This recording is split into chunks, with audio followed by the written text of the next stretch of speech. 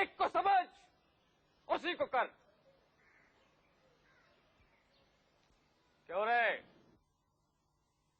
इधर आ।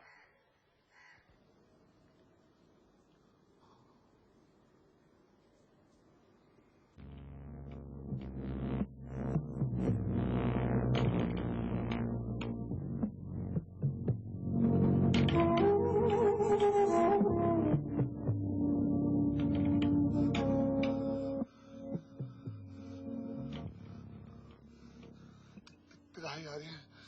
नहीं आ रही, नहीं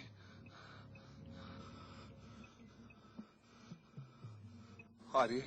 मैंने जो कुछ देखा वही सब घटने वाला है क्या? क्यों रे, उस कन्या पर तेरी ममता है?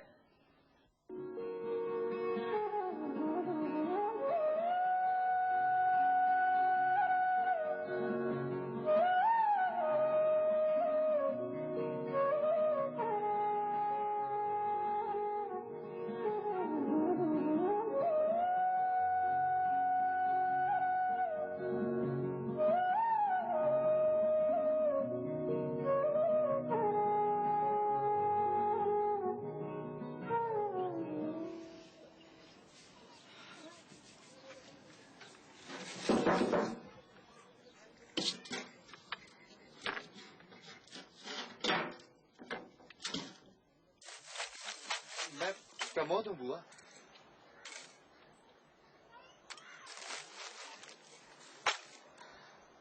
ठीक है, तो मैं चला जाता हूँ।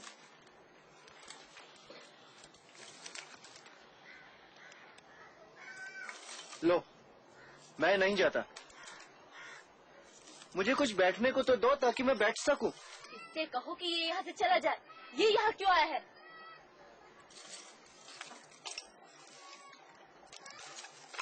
क्या तुम सचमुच चाहती हो कि मैं यहाँ से चला जाऊं? ठीक है, लेकिन कल से एक दाना भी मेरे पेट में नहीं गया है। मुझे बहुत जोर की भूख लगी थी। सुनो, जाकर 4 पैसे का दही ले आओ। अब बैठे क्या हो? थोड़ा सा बुरा भी लेते आना।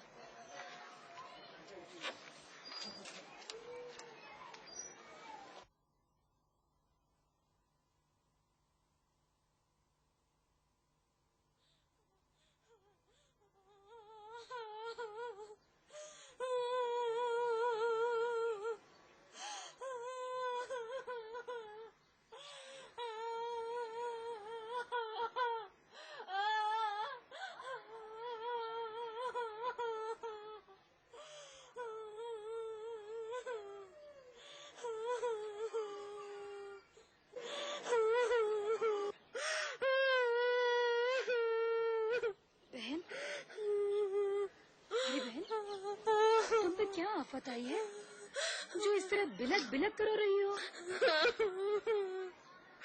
मेरे ऊपर जो आफत आई है वो टल नहीं सकती बहन, टल नहीं सकती। आओ आओ अंदर आओ। देखो कितनी ठंड हो रही है यहाँ। चलो उठो अंदर आओ। सब ठीक ठाक तो चल रहा है ना? गुजर बुझर हो रही। गुजर बसर खूब चलती होगी। नई नई शादी, जवानी के मजे ले रहे हो गुरु। सही कहता हूँ, किस्मत वाले हो। और एक हम हैं कि यहाँ परेशान हुए पड़े। जवानी सुधारने का इससे बढ़िया तरीका कोई नहीं है कि दोबारा शादी कर लो। गुरु दूसरी शादी के मूड में हूँ, कहीं अगर डौल बने तो ठीक ठाक कराओ, और दस्तूरी में उनके हाथ का लगा हुआ पान खिलवा देंगे। ये जो आपने देखे ये थे कुछ उपन्यासों के अंश। उपन्यास, आज हम इस कार्यक्रम में उपन्यास की ही चर्चा करेंगे। वैसे तो उपन्यास की विधा को जानने और समझने के लिए काफी ज्यादा वक्त की जरूरत होती है, फिर भी हम इस कार्यक्रम की छोटी सी अवधि में यथासंभव प्रयास करेंगे कि इसको जान और समझ सकें। ये उपन्यास शब्द है क्या और इसका अर्थ क्या है?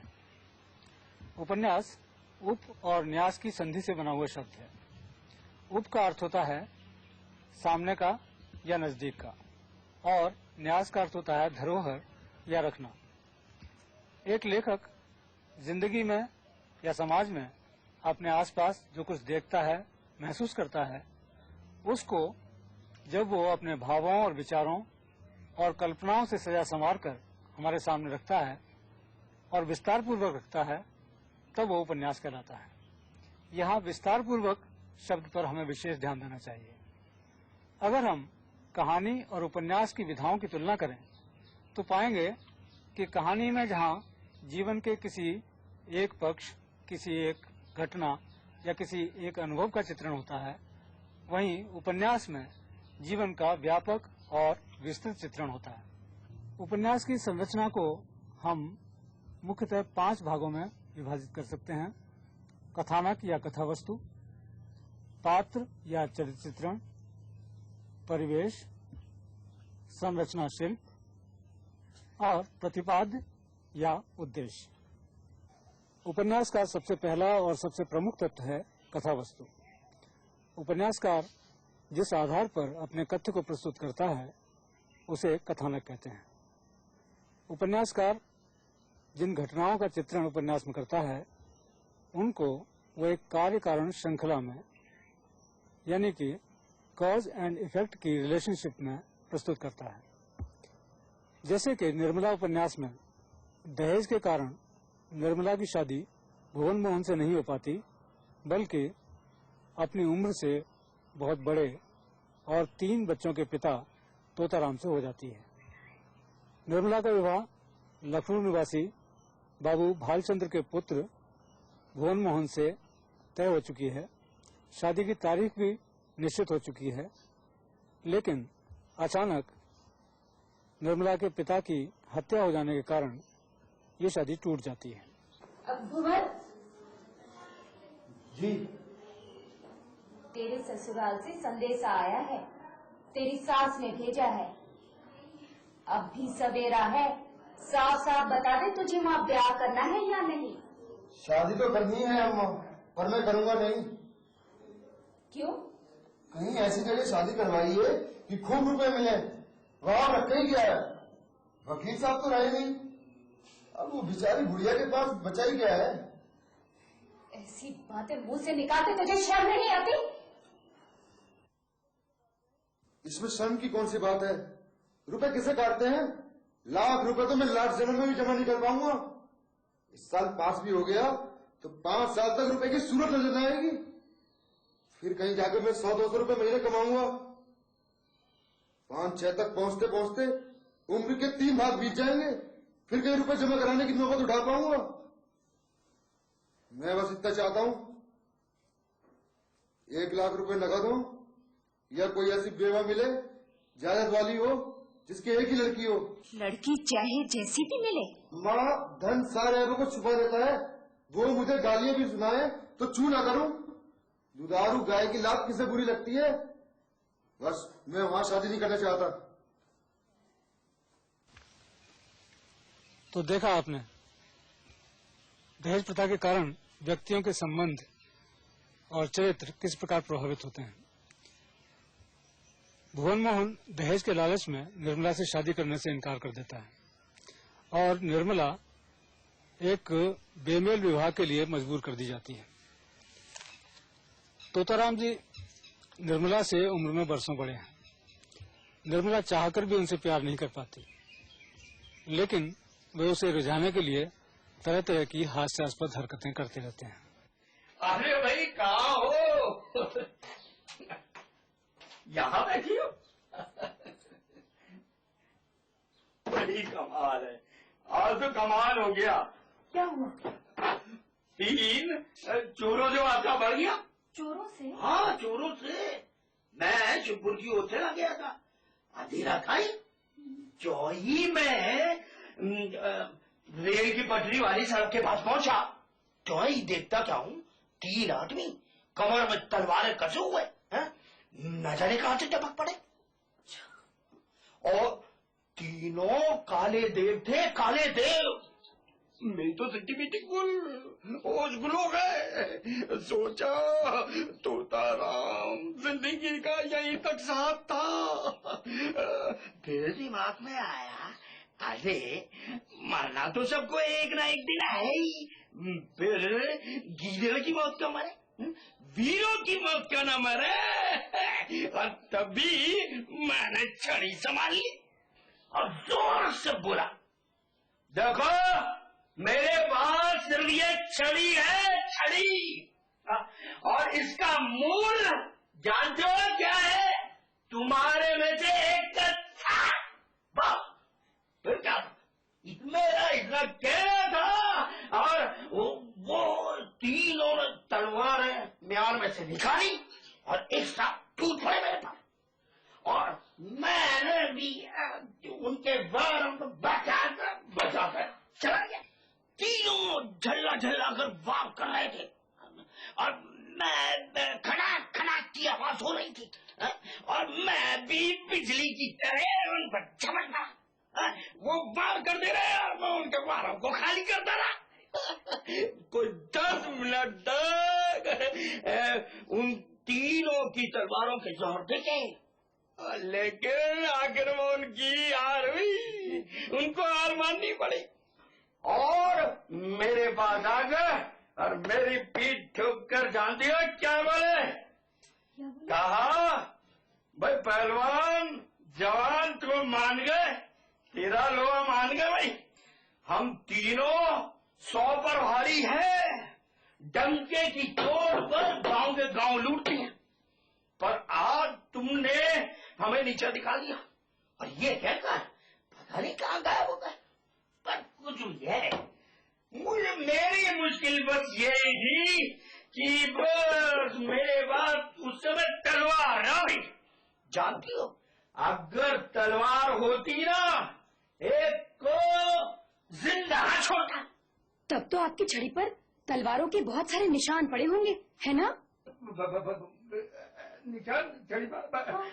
अरे कैसे बताते, मैं हर बार को जो खाली कर देता था, बार पड़ी नहीं सकते थे। तोता भैया, मेरे कमरे में सांप निकल आया है और मेरी चारपाई के नीचे बैठा है। वहाँ कोई 2 गज का होगा, जरा चलो तो, और साथ में छड़ी भी लेते चलना। कहता था कहाँ है साहब? अरे तो तुम्हें कोई तो होगा, अरे रस्सी बड़ी होगी। अरे मैंने अपनी आंखों से देखा है, जरा चलो तो, मन होके डरते हो। मैं डरता का हूँ, मगर लाठी से डर नहीं लगता, उसके लिए कोई पहना हथियार चाहिए। देखता हूँ, तुम जरा ठहरो, मैं अंदर से देखता हूँ। क्या बात है बुआ? अरे सांप। सांप? हाँ, मेरे कमरे में मेरी चारपाई के नीचे। अच्छा, चलो आओ, चल आओ देखते हैं। निर्मला का पति उम्र में उससे बहुत बड़ा है, जिसके कारण निर्मला दाम्पत्य सुख से वंचित हो जाती है। वो चाहकर भी अपने पति में दिल नहीं लगा पाती और अपने सौतेले बच्चों में मन रमाने की कोशिश करती है। लेकिन जैसे ही उसका मन सौतेले बच्चों में रमने लगता है, उसके पिता की उम्र वाला उसका पति उस पर और अपने सबसे बड़े बेटे मनसाराम पर शक करना शुरू कर देता है। ये भी अनमेल विवाह का ही एक परिणाम है। मनसा, कौन? मैं हूँ मनसा। भोजन करने नहीं चल रहे? देखो तो जरा, कितनी रात हो गई। मुझे भूख नहीं है। यही बात मैं मूंगी के मुंह से 3 बार सुन चुकी हूँ। तो चौथी बार और सुन लीजिए, मुझे भूख नहीं है। अरे, शाम को भी तुमने कुछ नहीं खाया था, फिर भूख कैसे नहीं लगी? ज्यादा भूख लगेगी तो आएगा कहाँ से? अच्छा चलो, मेरे कहने से थोड़ा सा खा लो। देखो, अगर तुम नहीं खाओगे तो मैं भी जाकर सो जाऊंगी। अच्छा, बस 2 कौर ही खा लेना। मुझे रात भर भूखा मारने का इरादा है क्या?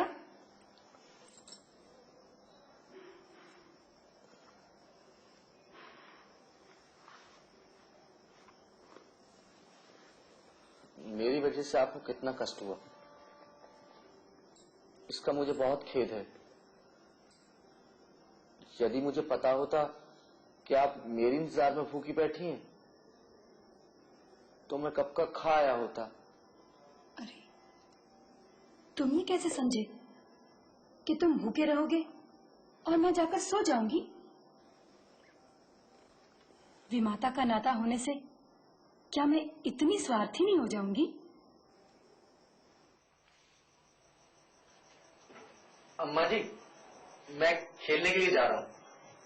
सुनो, आजकल सुना है बहुत बिगाड़ते जा रहा हूँ। पढ़ाई लिखाई में लगता है तुम्हारा कतई ध्यान नहीं। अब बस नहीं करिए ना। मनसा, तू जा खेल ले, लेकिन जरा जल्दी आ जा ना। खाना अगर ठंडा हो गया फिर मुझसे ये बोलेगा कि मुझे भूख नहीं। समय से आ गया तो ठीक है, नहीं तो समझिएगा मैंने वहीं खा लिया है। खाने पर मेरी इंतजार मत कीजिएगा। देखा देखा इस लड़के के तेवर। पहले तो घर में आते ही न थे, मुझसे बोलते शर्माते थे। जब भी किसी चीज की जरूरत होती तो बाहर से ही मंगवा बेचते। जब से मैंने बोला है तभी से घर आने लगे हैं। ये बार बार तुमसे ही क्यों चीजें मांगना आता? दीदी से क्यों नहीं कहता? अच्छा अच्छा, आप खाना खाइए, ठंडा हो रहा है। और तोताराम का ये शक मनसाराम की मृत्यु का कारण बन जाता है। अनमेल विवाह की पहली बलि, और फिर तो इस उपन्यास में बलियों का जैसे तांता सा लग जाता है। जियाराम का पथभ्रष्ट होना और चोरी में पकड़े जाने पर आत्महत्या कर लेना, तोताराम की वकालत का पूरी तरह नष्ट हो जाना, घर में आर्थिक अभावों का पैदा हो जाना, और सियाराम का दुखी होकर घर से भाग जाना। वैसे तो इस उपन्यास का मुख्य तथ्य समाज में नारी का स्थान और विवाह संस्था से संबंधित बुराइयों का चित्रण है, लेकिन मुंशी प्रेमचंद ने इस उपन्यास में नाटकीय स्थितियों का भी कई अवसरों पर बड़ा अच्छा इस्तेमाल किया है। जैसे तोताराम पुरुष हैं, उनकी बहन रुक्मिणी स्त्री, तोताराम विधुर हैं, रुक्मिणी विधवा। लेकिन तोताराम पुरुष हैं, इसलिए 3 बच्चों के पिता होने पर भी उन्हें दूसरा विवाह करने का अधिकार है, रुक्मिणी को नहीं। रुक्मिणी आजीवन विधवा ही रहेगी। एक भरे पूरे घर में रह जाते हैं केवल 3 नारी पात्र, रुक्मिणी, निर्मला और निर्मला की बच्ची आशा। गरीबी, दुख और बदहाली निर्मला के भी प्राण लेकर छोड़ती है। यह है दहेज प्रथा और अनमेल विवाह की चरम परिणति। ऐसे कब तक घूमती रहोगी बहू? जी ही से तो जहान है। चलो, मैं तुम्हें वैद के पास अभी ले चलती हूँ। जिसे रोने के लिए ही जीना हो, उसका मर जाना ही अच्छा। मौत बुलाने से तो नहीं आती ना? मौत तो बिन बुलाए आ जाती है, फिर बुलाने पर क्यों ना आएगी? अब उसके आने में बहुत दिन नहीं है दीदी। जितने दिन जीती हूँ उतने साल समझ लीजिए। ना ना, दिल छोटा मत करो। अभी तुमने संसार में देखा ही क्या है? अगर यही संसार का सुख है जो इतने दिनों से देख रही हूँ, तो मेरा जी भर गया। सच कहती हूँ बहन, अगर बच्ची का मुंह न बांधता तो न जाने कब की चली गई होती। न जाने उसके भाग्य में क्या लिखा है। तुम इतनी निराश क्यों होती हो? भगवान ने चाहा तो तुम 2-4 रोज में बिल्कुल ठीक हो जाओगी। मैं तुम्हें अभी वैद्य के पास ले चलती हूँ, वो बड़े दयालु हैं। दीदी जी, अब किसी वैद्य या हकीम की दवा कोई फायदा ना करेगी। आप मेरी चिंता ना करें, बच्ची को आपकी गोदी में छोड़ जाऊंगी। अगर जीती जागती रही तो अच्छे कुल में उसका विवाह कर देना। मैं उसके लिए अपने जीवन में कुछ ना कर सकी, उसे कुंवारी रख देना या विष खिलाकर मार डालना। पर पर कुपात्र के गले मत मरिएगा दीदी, कुपात्र के गले मत मरिएगा।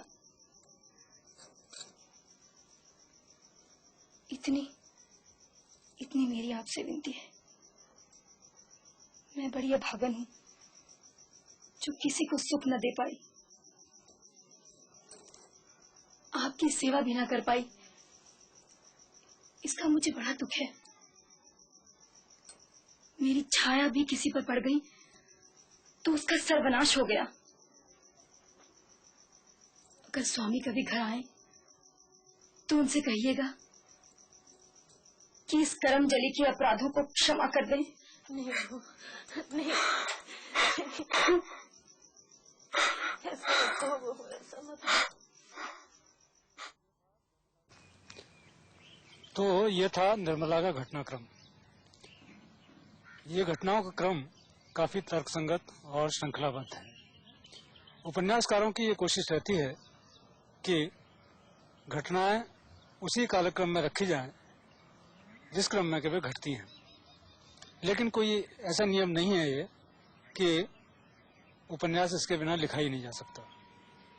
कई बार उपन्यासकार फ्लैशबैक की पद्धति का इस्तेमाल करते हुए भूतकाल में घटी हुई किसी घटना को आगे लाकर दिखाते हैं, या किसी नुक्ते पर जोर देने के लिए किसी घटना का दोबारा वर्णन करते हैं, जैसा कि हम निर्मला में ही देख सकते हैं।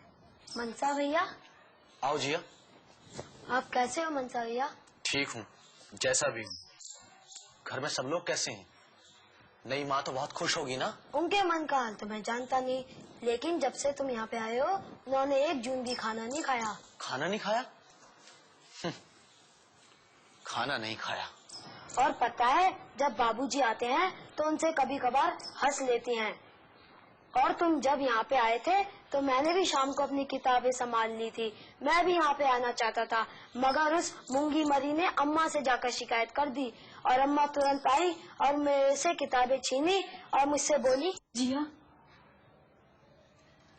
बेटा, तुम भी घर छोड़कर चले जाओगे तो यहाँ कौन रहेगा? अगर तुम लोग मेरी वजह से घर छोड़ छोड़ कर भागे जा रहे हो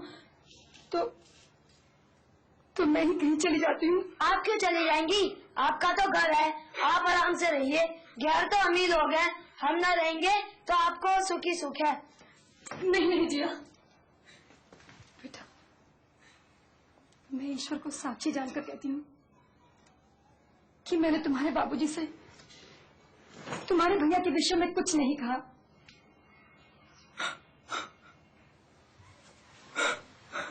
मेरे तो भाग्य में ही कलंक लिखा है,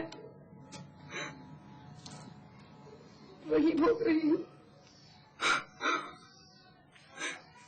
बेटा जिया, ये तुम नहीं समझोगे बेटा। तुम्हारे बाबूजी की वजह से मुझे हंसना पड़ता है, नहीं तो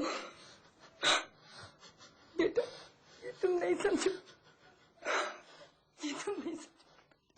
उपन्यास की कथा वस्तु की एक और विशेषता है कि उसमें मुख्य कथा के साथ साथ कई उपकथाओं का इस्तेमाल किया जाता है। ये उपकथाएं मुख्य पात्र या मुख्य घटना से जुड़ी रहती हैं और कथा वस्तु के प्रभाव को बढ़ाने के लिए, उसको सबल बनाने के लिए, उसको प्रभावपूर्ण बनाने के लिए लाई जाती हैं। निर्मला में भी हम देखते हैं कि कई उपकथाओं का प्रयोग उपन्यासकार ने किया है, जैसे निर्मला के पिता बाबू उदयभान लाल और उनके हत्यारे मतई की कहानी, या भुवन मोहन और सुधा की कहानी। इस प्रकार हमने देखा कि कथावस्तु को सबल और महत्वपूर्ण बनाने के लिए कई तकनीकों का इस्तेमाल किया जाता है। कारण यह है कि कथावस्तु उपन्यास का सबसे महत्वपूर्ण अंग है और ये भी कह सकते हैं कि ये उपन्यास की नींव है, उसकी आधारशिला है। कथावस्तु की तरह उसके अन्य महत्वपूर्ण अंग जैसे पात्र या चरित्र चित्रण, परिवेश, संरचना शिल्प और उद्देश्य के बारे में हम इस कार्यक्रम के अगले भाग में आपको जानकारी देंगे।